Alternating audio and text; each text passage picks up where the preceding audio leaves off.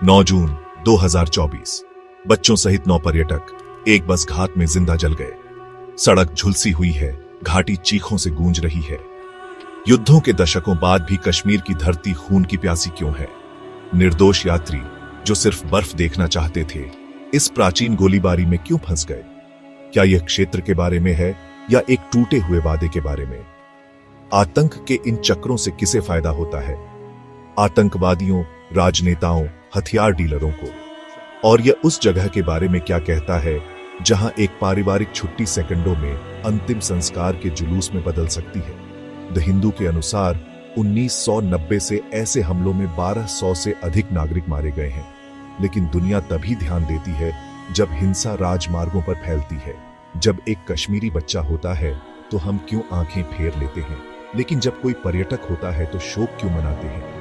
इस भूमि को इतना विशिष्ट रूप से अस्थिर क्या बनाता है? क्या कश्मीर शापित है या यह न्याय के लिए रो रहा है?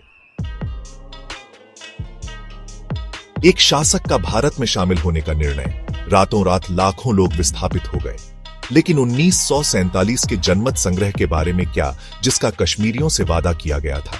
हम अपना भाग्य तय करेंगे। उन्होंने सड़कों पर नारा लगाया। 78 साल बाद वे अभी भी इंतजार कर रहे हैं। बीबीसी की रिपोर्ट के अनुसार अप्रैल 1948 में पारित संयुक्त राष्ट्र संकल्प 47 में जनमत संग्रह का आह्वान किया गया था, लेकिन वोट कभी नहीं हुआ। क्यों? क्या भारत को कश्मीर खोने का डर था? क्या पाकिस्तान घाव को खुला रखना चाहता था? या दुनिया बस वादे के बारे में भूल गई? हर साल नियंत्रण रेखा से अलग हुए परिवार खोए हुए रिश्तेदारों के लिए मोमबत्तियां जलाते हैं। एक हस्ताक्षर के कारण कितनी पीढ़ियों को अनिश्चितता में जीना होगा?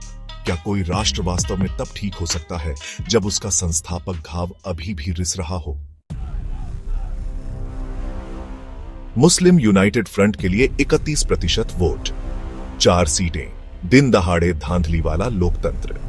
एक 19 वर्षीय छात्र पाठ्य पुस्तकों के बदले ग्रेनेड क्यों लेगा? पूर्व आतंकवादी यासीन मलिक कहते हैं, उन्होंने हमारे लिए उम्मीद की कोई गुंजाइश नहीं छोड़ी। दी न्यूयॉर्क टाइम्स ने इसे वह चुनाव जिसने कश्मीर की कमर तोड़ दी कहा। जब मतपेटी में विश्वास मर जाता है तो क्या होता है? क्या बंदूक ही एकमात्र आवाज रह जाती है? कितनी क्रांतियां विचारधारा से नहीं बल्कि विश्वासघात से पैदा होती है? अगर 1987 के चुनाव निष्पक्ष होते तो क्या होता? क्या कश्मीर शांतिपूर्ण होता या बारूद का ढेर पहले ही जल चुका था? क्या हिंसा तब अपरिहार्य है जब लोकतंत्र से वंचित किया जाता है?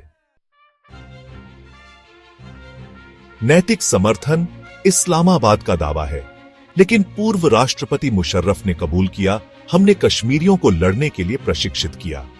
क्या ये स्वतंत्रता सेनानी हैं या भारत को खून से लथपथ करने वाले छद्म आतंकवादी? अफगान युद्ध के दिग्गजों को अचानक श्रीनगर की परवाह क्यों हुई? अल जजीरा की रिपोर्ट है कि 1990 के दशक में 20,000 से अधिक विदेशी लड़ाके कश्मीर में दाखिल हुए।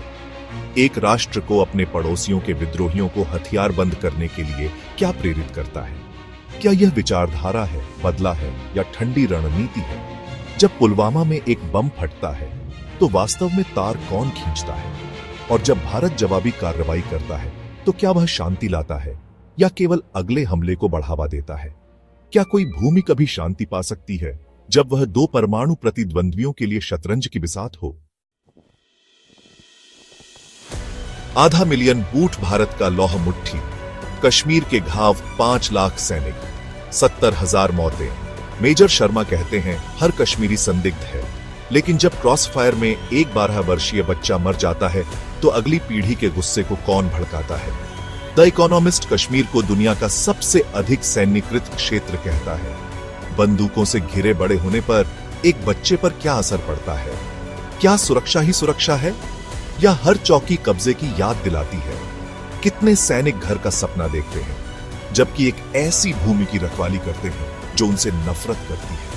कितनी माताएं अपने बेटों को दफनाती हैं, वर्दी में भी और कफन में भी? क्या बंदूक की नोक पर शांति स्थापित की जा सकती है या यह हमेशा उधार का समय होता है? पिघलते ग्लेशियर परमाणु हथियारों की होड़ में जल युद्ध कश्मीर के ग्लेशियर पाकिस्तान के 60% खेतों को पानी देते हैं। जैसे जैसे जलवायु परिवर्तन नदियों को सुखाता है, क्या पानी की कमी परमाणु प्रतिद्वंद्वियों को सर्वनाश की ओर धकेल देगी?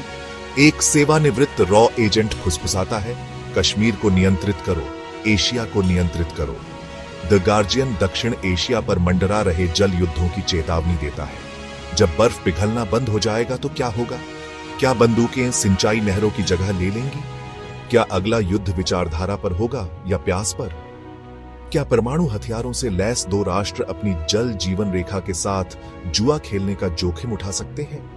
और उन किसानों का क्या, जिनका एकमात्र अपराध धारा के नीचे रहना है? जब बम गिरना शुरू होते हैं तो उनके लिए कौन बोलता है? भारतीय मीडिया इसे सीमा पार आतंकवाद कहता है, पाकिस्तान नरसंहार की निंदा करता है, लेकिन कश्मीरी आवाजें कहां हैं? सामूहिक कब्रों की रिपोर्टिंग के लिए जेल में बंद पत्रकार आलिया खान कहती हैं, वे हमारे दर्द को हैशटैग तक सीमित कर देते हैं। रॉयटर्स की रिपोर्ट है कि 2019 से कश्मीर में 40 से अधिक पत्रकारों को हिरासत में लिया गया है या धमकी दी गई है।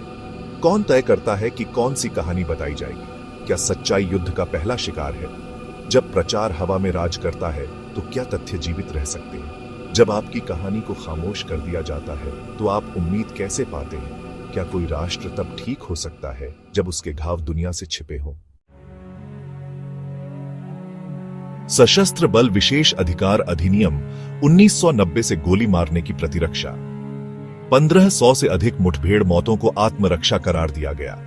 लेकिन जब 59% कश्मीरी संघर्ष के लिए दिल्ली को दोषी ठहराते हैं तो क्या यह कानून या असंतोष मिटाने का लाइसेंस है? ह्यूमन राइट्स वॉच FSPA को दुर्व्यवहार का उपकरण कहता है।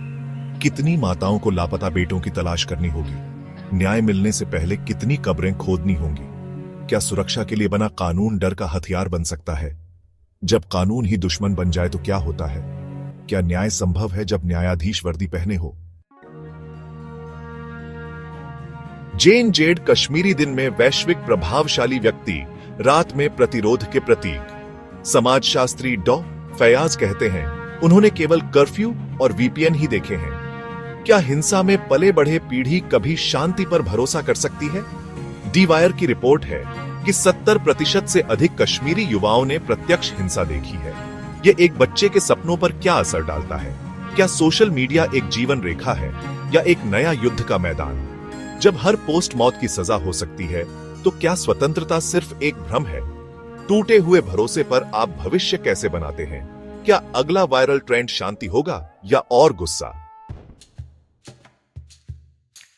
2025 के सबसे खराब हमले में 27 नागरिकों की बर्बर हत्या। मोदी ने लौह प्रतिक्रिया का संकल्प लिया। इमरान खान ने ट्वीट किया, कश्मीर जल रहा है। इस बीच एक मां फुसफुसाती है, मेरे बच्चे की मौत आखिरी हो। लेकिन शाश्वत संघर्ष की इस भूमि में क्या कभी कोई आखिरी होता है? द वॉशिंगटन पोस्ट लिखता है, कश्मीर एक ऐसा घाव है जो ठीक होने से इनकार करता है। दुनिया के सुनने से पहले और कितने लोगों को मरना होगा?